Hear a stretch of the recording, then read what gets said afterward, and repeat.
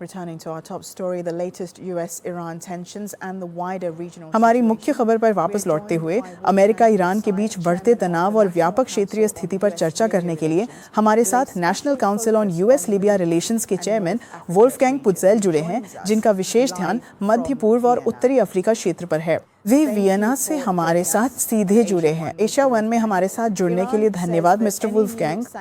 Iran का कहना है कि कोई भी नया प्रतिबंध आम ईरानियों को प्रभावित करेगा और कोई भी नया प्रतिबंध ईरान में दैनिक जीवन को कितना प्रभावित करेगा। मिकी, निमंत्रण के लिए आपका बहुत बहुत धन्यवाद।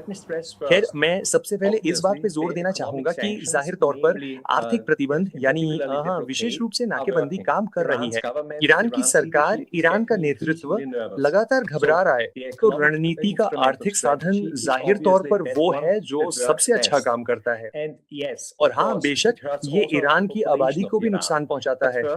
लेकिन सबसे पहले और सबसे महत्वपूर्ण बात, ये ईरान के रेवोल्यूशनरी गार्ड कॉर्प्स की फंडिंग, ईरान की थल सेना, नौसेना और वायुसेना की फंडिंग और विशेष रूप से वायु रक्षा और नई वायु रक्षा मिसाइलों की खरीद और साथ ही परमाणु कार्यक्रम और उन मिसाइलों की फंडिंग को बहुत अधिक कठिन बना देता है जिनसे वे अपने पड़ोसियों पर हमला कर रहे हैं।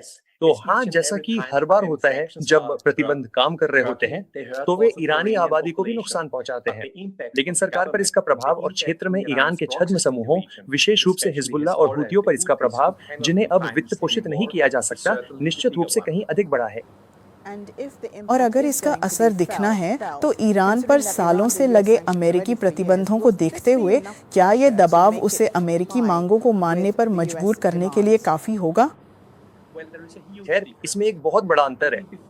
युद्ध छिड़ने से पहले तक ईरान तेल का निर्यात करने में सक्षम था। पिछले साल युद्ध से पहले लगभग 1.6 मिलियन बैरल प्रतिदिन, यहाँ तक कि लगभग 1.7 मिलियन बैरल प्रतिदिन। अभी उनके लिए ये बिल्कुल भी संभव नहीं है। इसके अलावा अमेरिका अभी जो वित्तीय प्रतिबंध लगाने का इरादा रखता है, वे अब तक लागू किए गए प्रतिबंधों से कहीं अधिक कठोर हैं। और कुछ अरब देश भी हैं, जैसे अरब अमीरात, जो अमेरिकी प्रतिबंधों में शामिल हो रहे हैं। तो कुल मिलाकर ईरान के लिए स्थिति अब पहले की तुलना में कहीं अधिक कठिन है। उन प्रतिबंधों के साथ जो बहुत लंबे समय से ईरान पर लगाए गए थे, आप सही कह रहे हैं, और शासन स्पष्ट रूप से जीवित रहने में काफी सक्षम था। और मुझे उम्मीद है कि इससे निश्चित रूप से ईरान के अंदर किसी न किसी तरह की प्रतिक्रिया होगी। जहां तक संप्रभुता की बात है, उन्हें होर्मुज जलडमरू मध्य यानी होर्मुज जलडमरू मध्य के दक्षिणी हिस्से पर अपनी संप्रभुता का दावा करने का कोई अधिकार नहीं है। जहां तक इस बात का सवाल है कि वे अब अमेरिकी प्रतिबंधों पर सीधे तौर पर कैसे प्रतिक्रिया दे सकते हैं, हमें ये ध्यान रखने की जरूरत है कि अमेरिकी राष्ट्रपति ट्रंप इंतजार करना चाहते हैं जब तक कि प्रतिबंध और नाकाबंदी अपना असर न दिखाने लगे।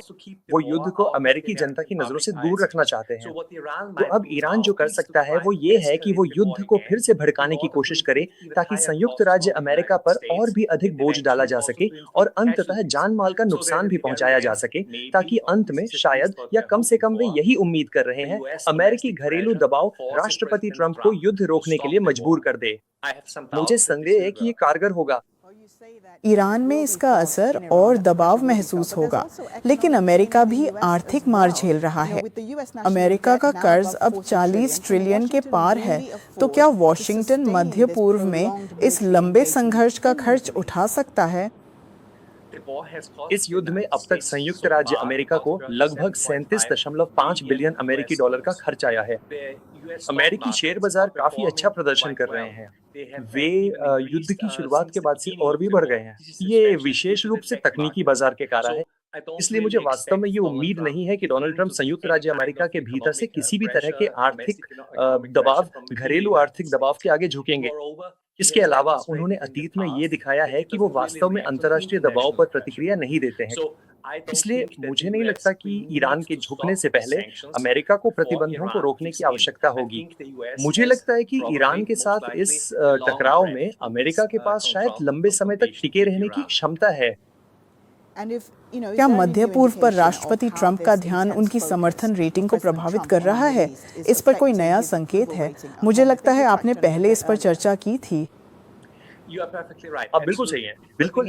लेकिन हमें इस बात का ध्यान रखना होगा कि हालांकि काफी संख्या में सीनेटर और कांग्रेसमैन, विशेष रूप से डेमोक्रेटिक पार्टी के डेमोक्रेट्स, उनके युद्ध शुरू करने के फैसले से वास्तव में सहमत नहीं हैं, लेकिन वे निश्चित रूप से संयुक्त राज्य अमेरिका को यह युद्ध हारते हुए नहीं देखना चाहते। तो वे निश्चित रूप से ईरान और होर्मुज जल डमरू मध्य के हाथों किसी तरह की अपमानजनक हार से बचना चाहते हैं, जहां ईरान गुजरने वाले हर एक जहाज से टोल वसूल रहा है। एक ऐसा ईरान जो परमाणु हथियारों से लैस है और जो इस क्षेत्र को नियंत्रित कर रहा है। इसलिए मुझे उम्मीद है कि भले ही मध्यावधि चुनाव के बाद कांग्रेस में डेमोक्रेट्स का दबदबा हो जाए, फिर भी संयुक्त राज्य अमेरिका ईरान को अपने परमाणु कार्यक्रम को छोड़ने के लिए मजबूर करने और निश्चित रूप से होर्मुज जलडमरू मध्य को खोलने की अपनी रणनीति और प्रयासों को जारी रखेगा। लेकिन मुझे जो उम्मीद है वो ये है कि जिस तरह से वे आगे बढ़ेंगे, उसमें वे सैन्य रणनीति पर कम निर्भर रहेंगे, लेकिन वे निश्चित रूप से प्रतिबंधों को और भी कड़ा करेंगे और वे नौसैनिक नाकेबंदी जारी रखेंगे।